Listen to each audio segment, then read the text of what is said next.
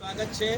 આ છે બનાસકાંઠા જિલ્લાનું પાલનપુર અને પાલનપુરનો જે જૂનો આરટીઓ બ્રિજ અને એને એલિવેટેડ બ્રિજ નામ આપેલું છે।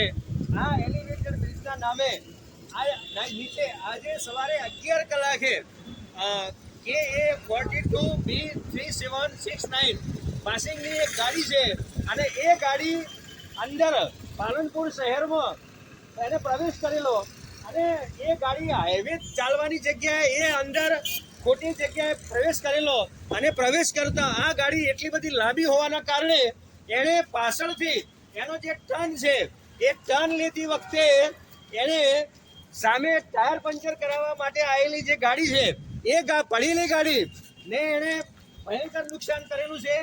એનો જે દરવાજો છે એ દરવાજાને એને તોડી નાખેલો છે અને અહીં તમને આ સ્પેસ બતાવવાનો પ્રયત્ન કરીશ કે આટલા સ્પેસમાંથી કોઈ ગાડી વળી શકે છે। આટલી લાંબી ગાડી છે અને એ ગાડીને એને નુકસાન કર્યું છે। જો આ ગાડીની અંદર કોઈ એના ફેમિલી મેમ્બર હોત અને ફેમિલી મેમ્બર જો નીચે ઊભા હોત તો એ ફેમિલી મેમ્બરનું શું થાત એ આપણે કલ્પના કરવી રહી।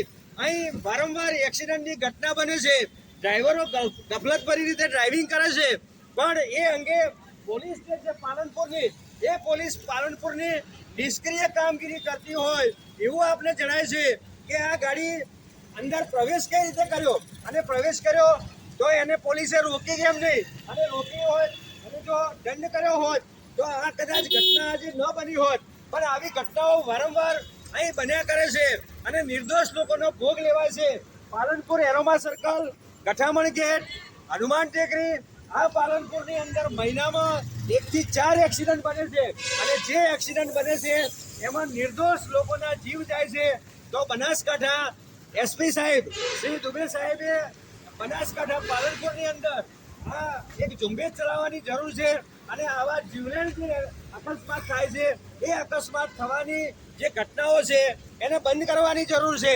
જે ઘટના બની જે ગાડીના માલિક છે એમને આપણે પૂછવાનો પ્રયત્ન કરીશું કે ભાઈ આ ઘટના કઈ રીતે બની હતી અને એનો કઈ રીતે આ ઘટના બની।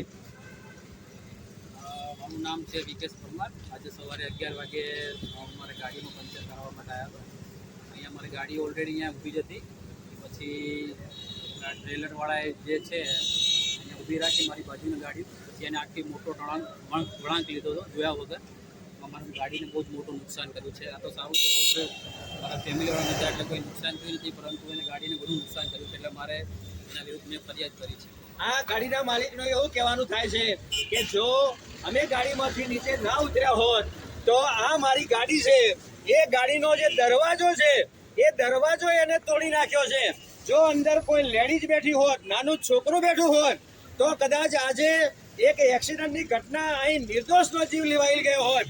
તો આ અંગે પોલીસે તાત્કાલિક પગલાં ભરવા જોઈએ અને આના માટે જે એલિવેટેડ બ્રિજ છે એના નીચે વારંવાર રજૂઆતો કરી છે કે ભાઈ ત્યાં જમ્પ મૂકવાની જરૂર છે, ત્યાં બમ્પ મૂકવાની જરૂર છે। સામે વૃદ્ધાશ્રમ છે કે વૃદ્ધો ક્યારે આ રસ્તો ઓળંગતા હોય છે અને રાજસ્થાન તરફથી આવતી આ જે ટ્રકો છે એ ટ્રકો ક્યારેક નિર્દોષ વ્યક્તિનો જીવ લઈ લેશે, એટલા માટે ત્યાં જે પહેલા બમ્પર મૂકેલા હતા જૂના રોડ વખતે એ બમ્પર મુકાવાની જરૂર છે।